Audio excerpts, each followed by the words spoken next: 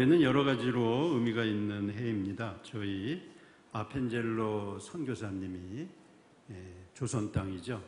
조선 땅에 오셔서 선교를 하신 140주년이 되는 해이기도 합니다. 1885년 인천에 제물포에 내리셨는데 그 내려서 기도 처소를 삼으신 곳이 내리감리교회가 되셨고요. 또 서울에 있는 정동제일교회 초대 담임 목사님이 되시고 또 저희 감리교 신학대학교 초대 학장이시기도 합니다. 한 분이 변화됐을 때, 한 분이 성령으로 충만했을 때 하나님은 예외 없이 그 사람을 통해서 세계를 복음화하는 일에 사용하시는데 우리 철원 감리교회 기도하시는 우리 대표적인 이 자랑스러운 철원 감리교회 성도님들도 기도를 통하여 땅끝까지 주님의 증인이 되실 줄 믿습니다. 특별히 오늘 6월 첫 주입니다. 애국의 달을 맞았습니다. 내일 모레 대통령 선거도 있고 또 우리가 나라를 위해서 기도할 일이 많은데 역대 많은 우리 성인들 또 교회를 사랑하는 분들이 교회와 국가의 관계가 뭔가 이것에 대해서 많은 논문을 쓰고 기도를 했습니다. 근데 한 가지 목표가 분명합니다. 나라가 평안해야 우리 믿는 사람들은 복음의 일에 최선을 다할 수 있습니다. 그렇기 때문에 국가를 위해서 기도하고 유정자들을 위해서 기도하고 우리나라가 하나님의 뜻 가운데 특별히 복음의 일에 최선을 다할 수 있는 하나님이 쓰심받는 도구가 되게 해달라고 우리 성도님들 기도해 주시기를 부탁을 드립니다. 제가 6월이 되면 저도 이제 철원 지금 국민학교죠. 초등학교로 이름이 바뀌었을까요? 철원 국민학교 다녔는데요. 벌써 50년, 60년이 넘어가네요. 50몇 년이 됐는데 언제 한번 성도님들에게도 그런 말씀 드렸을 거예요. 애국의 달만 되면 꼭 그 사건이 기억이 나는데 그때 비가 오면 우리 아이들은 그랬습니다. 비가 온 다음에 운동장을 보면 모반 그랬습니다. 우리 강에 가면 물고기 반, 물 반 그러잖아요. 근데 저희 학교 다닐 때는요, 모래 반, 그 다음에 뭐가 반짝반짝.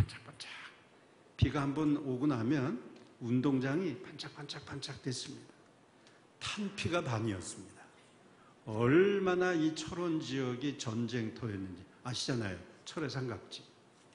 그러니까 학교에 아침 저녁에 꼭 선생님들이 아이들을 불러 모아가지고 뭘 훈련을 했냐면 폭발물, 지뢰 발견하면 어떻게 해야 되는지 아침 저녁으로 반공 교육을 하루도 빠짐없이 받았습니다. 왜냐하면 하루가 지나가기 무섭게 지뢰 사고가 일어나요. 참 저희 작은 아버님 돌아가셨지만 저쪽 대마리에서 신앙생활 하시다가 청년 때 지뢰를 밟으셨어요. 오른다리가 날아갔습니다. 이런 일이 그냥 하루 건너서 그냥 농사 짓다가 밭일하다가 지뢰 밟고 그래가지고 아이들을 매일 지뢰 사고 폭발물 사고가 나니까 아침 저녁으로 그냥 지뢰 그림 보여주고 폭발물 그림 보여주면서 절대 이러한 물건을 발견하면 학교나 가까운 경찰서 가서 신고해야 된다. 근데요, 교육이요, 이 사진 교육 가지고가 안 되더라고요. 실제 그 끔찍한 장면을 보여주면서 체험을 해야 되는데 아침 저녁으로 그렇게 수없이 훈련을 받았지만 아이들하고 요 개천에서 목욕하다가 수영하다가 제가 이만한 폭탄을 발견했습니다. 그럼 어떻게 해야 되죠? 빨리 경찰서에 가서 신고해야 되는데 폭탄을 제가 발견했다라고 하는 것에 흥분을 해가지고 제가 폭탄을 들고 뛰기 시작했습니다. 애들은 뒤에서 쫓아오면서 경동이가 폭탄 주웠어요. 저는 다른 애가 들고 가겠다는 걸 굳이 제가 들고 어디로 뛰겠어요? 학교로 뛰어가는 거예요. 학교로. 제가 뭐 학교 교육 개혁을 위해서 뛰어간 게 아닙니다. 폭탄을 들고 선생님한테 자랑하고 싶어가지고 그냥 폭탄을 들고, 그 무거운 폭탄을 들고 이따만 했거든요. 그걸 혼자 들고. 그때 만약에 그게 터졌으면 그때 다 갔어요. 근데 불발탄이잖아요. 가지고 그냥 교무실로 폭탄을 들고, 선생님 제가 폭탄을 주웠습니다 하고 그냥 교무실로 뛰어들어갔더니, 그때 교무실 안에 선생님이 4분이 있었는데 아직도 장면이 생생해요. 3분이 창문으로 뛰어넘어가시더라고요. 이게 어떻게 된 건가? 아니, 제가 폭탄 주웠다고 그냥 선생님한테 자랑하는데 3분이 그걸 보자마자 창문으로 바로 뛰어넘어가시더라고요. 그때 정신이 들어왔어요. 이게 뭐지? 체육 선생님이 몽둥이를 들고 너 그 자리에 가만히 있어! 그래서 그냥 꼼짝 못하고 이렇게 있는 사이에 경찰이 와서, 실제 있었던 일이에요. 경찰이 와가지고 폭탄을 수거해가지고 간 기억이 납니다. 그러니까 이 철원 땅이 대단한 땅이에요. 그렇죠? 이 어린아이들이 이게 뭐 폭탄을 발견하는 게 뭐 매일 있는 일이었으니까요. 지금은 뭐 그런 때는 아닙니다만, 제가 6월이 되면은 항상 그 사건을 잊지 못합니다. 참 하나님께서 우리 민족을 끝까지 지켜주셔야 되는데, 전쟁으로부터 지켜주시고 이런 세상의 재앙으로부터 지켜주시고, 특별히 우리 기도하는 이 복음의 사명을 위해서 끝까지 최선을 다하는 성도님들이 되시기를 다시 한번 주님의 이름으로 축복합니다. 절대 이 나라에 전쟁이 있어서는 안 됩니다. 제가 얼마나 선생님들한테 훈련을 아침 저녁으로 받았는지요. 이상한 사람 보면은 경찰서에 신고해라. 그래가지고 제가 누구를 신고했냐면요, 선글라스 끼고 다니는 사람을 신고했어요. 시골에 옛날에 선글라스 끼고 다니는 사람이 없거든요. 근데 어느 날 보니까 새까만 선글라스를 끼고 어떤 사람이, 아마 서울 사람이었던 것 같아요. 제가 가서 바로 신고했어요. 경찰서에서 수고했다고 저한테 연필 2자루를 줬는데, 그렇게 국가를 위해서, 나라를 위해서, 우리 성도님들, 특별히 이 대한민국의 한가운데 있는 철원은 남북계 전쟁이 일어나지 않는 것과 평화를 위해서 기도하셔야 됩니다. 이 사명, 기도하는 사람이 있는 한 하나님은 우리 민족을 반드시 지켜주실 줄 믿습니다. 오늘 우리 성도님들이 잘 아는 사도행전 1장 8절에 성령이 임하시면 권능을 받고 예루살렘과 유대와 사마리아와 땅끝까지 이르러 내 증인이 되리라. 사실 저희가 철원에 살지만 어렸을 적에, 지금도 그렇습니다. 이 일기예보 보면은 철원이 그냥 지나가지 않죠. 철원 아니면 파주. 왜냐하면 대한민국의 땅끝이거든요. 저 밑에는 제주도가 있죠. 그래서 저는 어렸을 적에 철원이 이 휴전선 맨 끝에 있으니까 땅끝이라고 생각을 했습니다. 제가 초등학교 국민학교 4학년 때 국민학교 들어가기 전에 4살 때로 기억이 나요. 지금은 뭐 집에 TV, 뭐 유튜브, 지금은 인터넷 세상이라서 뭐 웬만한 거 집에서 다 하실 수 있죠. 그때는 너무 이 철원 지역이 낙후가 돼가지고, 이 철원 군, 아마 이 철원 지역을 관리하는 그런 분들이 있겠죠. 이 철원에 사는 분들의 그 교양을 좀 높인다고 극장도 없었거든요. 그래서 철원 국민학교에 큰 하얀 스크린을 쳐놓고 한 달에 한 번씩 영화를 보여줬어요. 온 동네 잔치죠. 뭐 그냥 할머니, 할아버지, 애들부터 다 나와가지고 그 국민학교에 쳐놓은 흰 천막을 그냥 가가지고, 뭔지 모르지만 하여튼 굉장히 재밌었습니다. 극장도 없었으니까요. 근데 제가 부모님 따라서 영화를 한번 보고, 언젠가 갑자기 또 영화를 보러 가고 싶은 거예요. 그래서 제가 친구한테 영화 어디 가서 보면 되니? 그랬더니 얘가 정보를 잘못 가르쳐 준 거예요. 천주교 가면 보여준다는 거예요. 천주교 그래가지고 대낮에 제가 왜 이 말씀을 드리냐면 어린이로서 처음 집 바깥에 혼자 제일 멀리 간 게 천주교예요. 왜냐하면 그 영화를 보고 싶은 마음에, 그러니까 저 어린 심정에 땅끝이라고 하는, 제일 멀리 가는 게 땅끝이잖아요. 밤에 영화를 보여주는데 낮에 보여줄 리도 없죠. 그래가지고 제가 혼자 천주교회를 어딘지 대충 아니까 4살 때입니다. 천주교회를 찾아갔습니다. 아무도 없죠. 아직도 기억납니다. 뭐 대낮에 누가 있겠습니까? 그래서 어디 가서 영화를 보여달라 그래야 되나 하다가 보니까 천주교 제일 큰 건물, 지금은 뭐 웬만한 건물이 다 있어서 적게 보이지만 그때 어린이한테는 천주교 이 본당 건물이 어마어마하게 큰 건물이죠. 그래가지고 그쪽에 가서 누구를 만나면 영화 보여달라고 하는 마음으로 천주교 본당 앞에 가서 문을 열라 그러는데 조그만 어린이가 문을 잡아당기는데 이 문이 열릴 리가 없죠. 그래가지고 그냥 문 끝에 매달려가지고 문을 열라고 그냥 기를 쓰는데 마침 문이 열리면서 수녀님 2분이 큰 장의자를, 한 분은 앞에 한 분은 뒤에 장의자를 들고 문을 막 나오시는데 저는 키가 작으니까 장의자의 맞박을 맞고 그냥 뒤로 나가 떨어졌어요. 그러면서 울면서 내가 다시는 오나 봐라 그러면서 온 게 철원감리교회입니다. 할렐루야. 그때 만약에 수녀님 품에 안겼으면 어떻게 됐을까? 아마 신부가 됐을 것 같아요.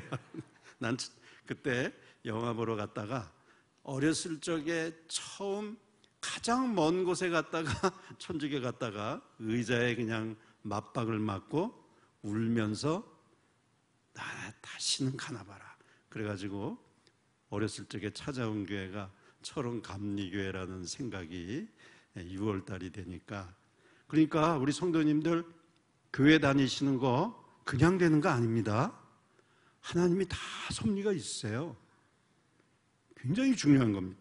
오늘 사실 아까 373장 찬송을 같이 불렀는데요. 이 찬송은 헨리 아펜젤로 목사님이 가장 좋아하시는 찬송이었습니다. 헨리 아펜젤로 목사님은 1885년 4월 5일 날 부활절에 조선 땅에 오셨습니다. 헨리 아펜젤로 목사님에게 조선 땅이라는 것은 땅끝이에요. 미국에서 태어난 분이 조선까지 오실 이유가 뭐가 있어요? 일본을 거쳐서 몇 달 걸쳐서 오는 이 대한민국 조선 땅을 왜 오셨을까? 하나님의 사랑이죠. 성령을 받으면 세상 끝까지 가는 거예요. 주님이 붙드시면 가는 거예요. 이분이 4월 5일 날 조선 땅에 도착하시고 하신 기도가 부활절이었는데 이런 기도를 하셨습니다. 우리는 부활절 아침에 이곳에 왔습니다. 그날 사망의 권세를 이기신 주께서 이 백성을 얽어맨 결박을 끊으사 하나님의 자녀로서의 자유와 빛을 주시옵소서. 할렐루야. 하나님은요, 미국에 25살 된 청년, 이 청년에게 성령을 주시고 조선 땅으로 보내신 거예요. 저희가 지금 대한민국의 땅끝 철원에 있지만 하나님은 성도님들의 기도를 통하여, 성도님들의 자손을 통하여 세상 끝까지 이르러 증인이 되게 하는 사명을 주신 줄 믿습니다. 나는 나이가 들어서 힘도 없는데 걱정하실 필요 없어요. 기도의 능력을 주셨잖아요.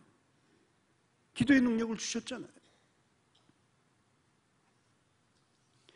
헨리 아펜젤로 선교사님이 사랑하셨던 찬송가가 373장입니다. 아까 373장 찬송 부르셨잖아요. 제목이 고요한 바다로입니다. 땅끝까지 오신 이분이 고요한 바다로 저 천국 향할 때 주 내게 순풍 주시니 참 감사합니다. 사랑하는 성도 여러분, 우리가 믿음 생활을 할 때 순풍에 닷 올리듯이 바람이 뒤에서 불고 바람 물결도 잔잔하고 그런 인생을 살 때도 있죠. 감사가 넘치겠죠.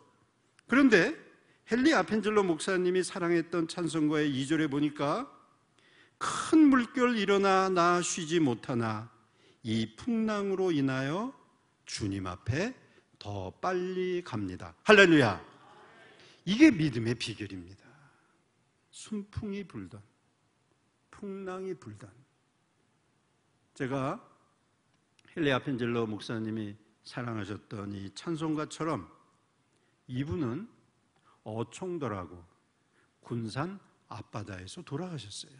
특별히 이분이 하신 많은 일들이 있는데 140년 전에 한국에 오셔서 이분을 통하여 하나님이 이제 복음을 시작하신 거잖아요. 특히 감리교의 복음을 이분 통하여 시작하신 건데, 성경 번역을 하는 일이 있어서 군산에서 목포로 가시다가 군산 앞바다에서 백길이 충돌하는 바람에 그만 순직하고 마셨어요. 순교하셨어요.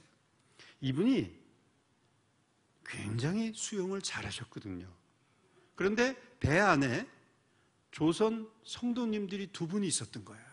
그러니까 자기 목숨을 위해서는 그냥 탈출해가지고 수영을 해서도 얼마든지 나올 수 있는데 그 성도님을 구하러 우물쭈물하고 뱃속으로 들어갔다가 그만 배와 함께 순교하고 마셨어요.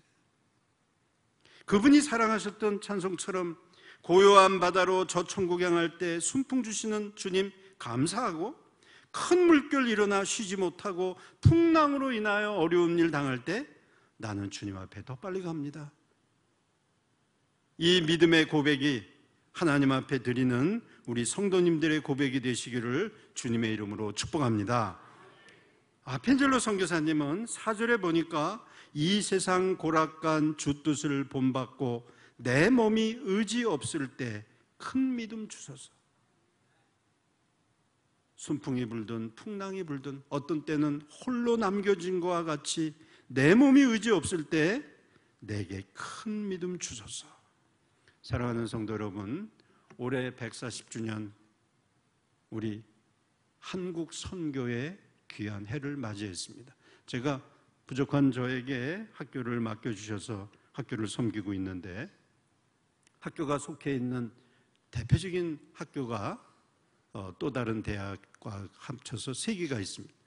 연세대학교, 또 이화여자대학교, 저희 감리교 신학대학교가 있는데, 이화여자대학교 앞에는 스크랜턴 여사, 이화여자대학교가 시작한 지 140년이 된 거예요. 연세대학교 앞에서는 언더우드, 그래가지고 연세대 앞에는 언더우드 길이 생기고 이화여자대학교 앞에는 스크랜턴 여사의 길이 생기고 저희 감리교 신학대학교 앞에는 아펜젤로 선교사님의 길이 요번에 생겼습니다. 140년 전에 오셔서 44살의 일기로 순교하신 이분을 왜 세월이 지나가면서 심지어는 사회에서도 주목하고 길까지 만들어지는 이유가 뭘까? 하나님의 복음의 길을 낸 사람은 반드시 하나님께서 영광 받기 위해서 그러한 놀라운 일을 해 주시는 줄 믿습니다. 우리 철원감리교회 성도님들, 땅 끝까지 이르러 증인이 되라고 하신 이 하나님의 말씀, 이것은 우리 기도하시는, 또 평화를 위해서, 또 민족과 세계를 위해서 끝까지 우리가 감당해야 될 하나님의 사명이 되는 줄 믿습니다. 저는 오늘 남은 시간에 땅에 대해서 우리 성도님들에게 3가지 부탁의 말씀을 드리고자 합니다. 지금처럼 이렇게 막 교통이 좋고 뭐 여행을 많이 하는 이런 시대에 우리가 못 갈 땅 끝이 어딘가? 우리 성도님들도 선교여행도 다녀오시고 또 웬만한 데도 많이 다녀오셨잖아요. 그러면 이제 땅은 끝이 났나? 더 이상 갈 데가 없나? 그게 아닙니다. 땅의 의미는 소유가 아닌 인간을 말할 때 땅을 말합니다. 창세기 2장 7절에 보면 여호와 하나님이 땅의 흙으로 사람을 지으시고 생기를 그 코에 불어넣으시니 사람이 생명이 되니라. 히브리서 10장 39절에 있는 말씀을 보면 우리는 뒤로 물러가 멸망할 자가 아니요 오직 영혼을 구원함에 이르는 믿음을 가진 자니라. 할렐루야. 땅끝까지 이르라라고 하는 사명을 받은 이에게 먼저 생각해야 될 땅은 바로 우리 자신임을 기억해야 됩니다. 우리 마음의 밭이 하나님의 말씀이 떨어지면 옥토가 돼서 30배, 60배, 100배의 결실을 맺는 그런 복된 땅이 되어 있는지, 아니면 내 마음의 밭이 가라지와 덤불과 가시밭길, 아니면 땅바닥의 길, 자갈밭과 같아가지고 말씀이 기생할 수 없는 그런 세상으로 가득 차 있는 밭인지, 땅끝까지 이르러 땅을 정복해야 될 우리에게 있어서 첫 번째 정복의 대상은 먼저 내 마음의 밭이라는 것을 꼭 기억하시기 바랍니다. 베드로전서 1장 9절에 보면 믿음의 결국은 곧 영혼의 구원을 받음이라. 그러므로 땅끝이라고 하는 것은 인간 영혼의 구원을 위한 것입니다. 제가 신학대학 들어가기 전에, 지금은 여기가 이제 본당이 들어왔고 저 옆에 교육관이 있잖아요. 그게 예전에는 본당이었죠. 지금 식당을 사용하시는 자리인데, 그 새벽에 기도하다가 하나님이 성령을 선물로 주셨습니다. 제가 철원감리교회가 모교회면서도 그렇게 감사한 이유는 바로 이 교회에서 성령을 받고 이 교회에서 하나님이 세상 복음을 위한 비전을 주셨어요. 새벽에 기도하다가 갑자기 제 입이 저도 모르는 말이 튀어나오기 시작했어요. 방언을 하나님이 주셨는데 도무지 알아들을 말이 하나도 없어요. 방언이라는 것이 바울이 해석한 것처럼 영혼으로 맺는, 물론 초대교회 때는 방언을 바로 통역하는 은사도 있었지만 지금은 이제 영적인 기도잖아요. 아무 말도 못 알아들었는데 딱 한마디 알아들은 말이 여호수아라고 하는 단어가 들렸습니다. 방언 속에. 제가 이게 무슨 말인가, 그래가지고 그날 새벽에 집으로 돌아가서 여호수아서를 폈습니다. 그래가지고 쭉 끝까지 읽었어요. 여호수아서 1장 8절 9절의 말씀이 제 마음을 붙들었습니다. 만일 내가 이 말씀을 주야로 묵상하고 좌로나 우로나 치우치지 아니하면 내가 가는 일이 다 형통하게 될지라. 할렐루야. 하나님의 말씀만 붙들고 살면 하나님이 반드시 인도해 주시겠다고 하는 약속의 말씀을 들었습니다. 그리고 하나님이 주신 환상이 있었는데 지구일을 십자가를 들고 막 뛰기 시작하는 거예요. 아니, 지구일을 십자가를 들고 뛴다는 게 뭔가? 부족한 저에게 성령이 임하시고 하나님이 주신 사명은 말씀을 들고 세상 끝까지 증인이 되라고 하는 사명이었습니다. 사랑하는 성도 여러분, 하나님이 우리를 구원하신 이유, 믿음의 결국은 곧 영혼의 구원을 받음이라.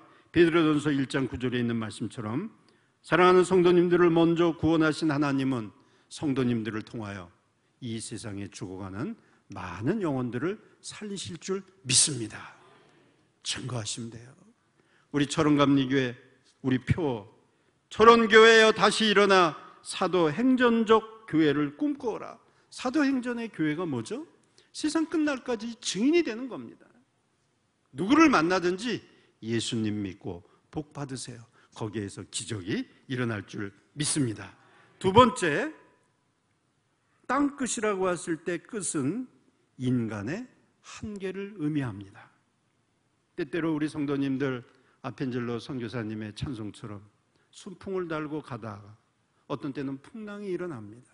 어떤 때는 혼자 있는 것과 같이 앞길이 막막할 때가 있습니다. 그래서 끝은 땅끝으로 가다 보면 때때로 인간의 한계를 경험합니다.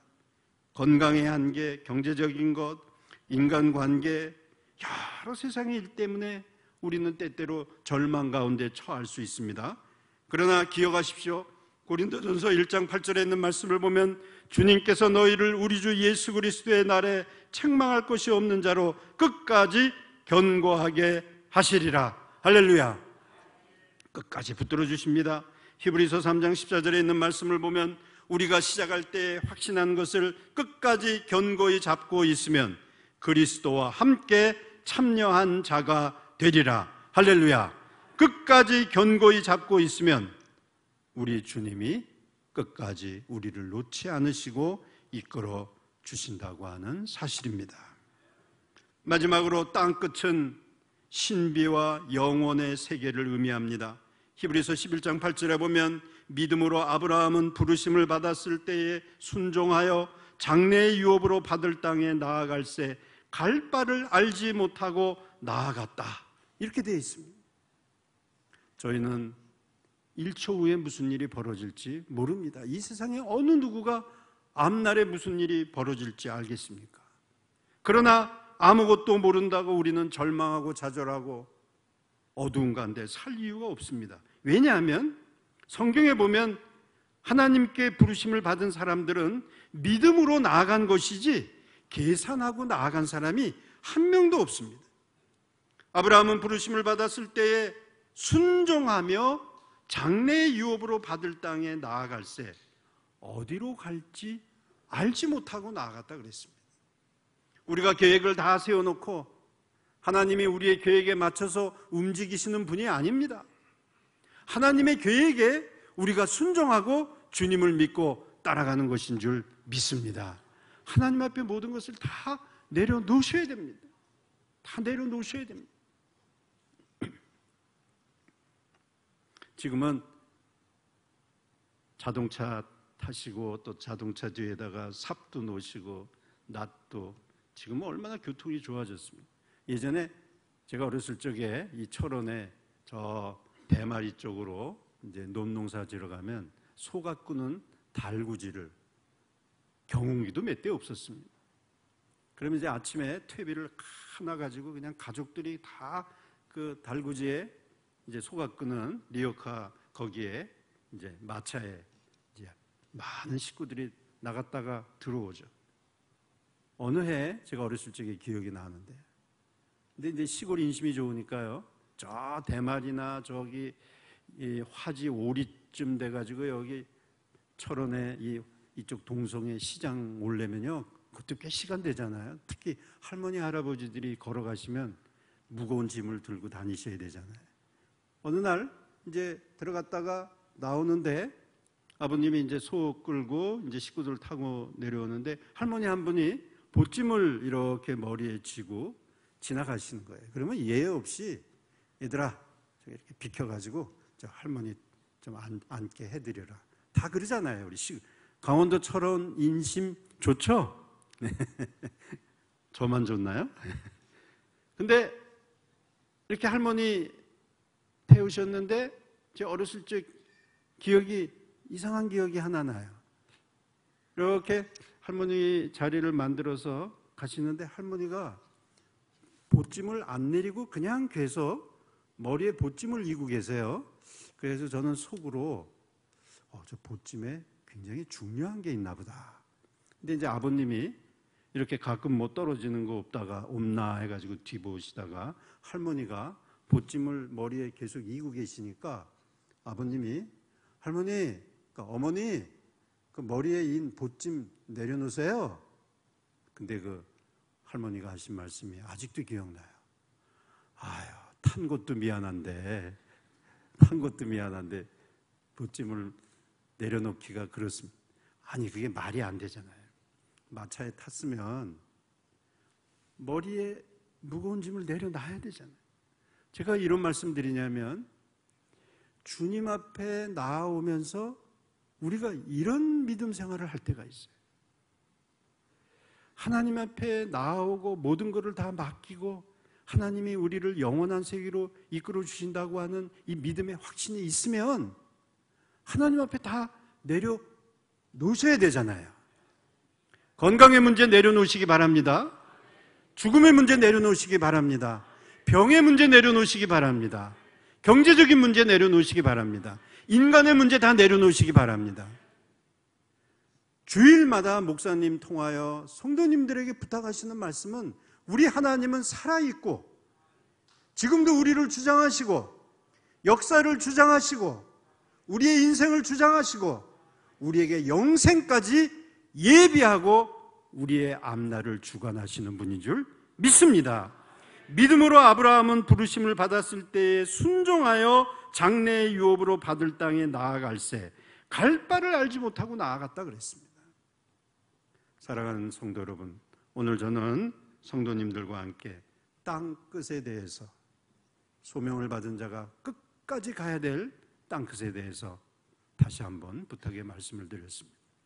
먼저 우리의 마음의 밭에 이 세상의 모든 더러운 것, 악한 것, 추한 것, 죄악된 것 다 버리고 주님만 모시는 그런 땅이 되시기를 주님의 이름으로 축복합니다. 때때로 믿음의 길을 가다가 나는 여기서 끝이야, 나는 더 이상 희망이 없어, 왜 하나님은 나를 버리셨을까? 끝이라고 하는 느낌이 들 때 주님은 그 자리에서부터 시작하신다는 것을 믿으시기 바랍니다.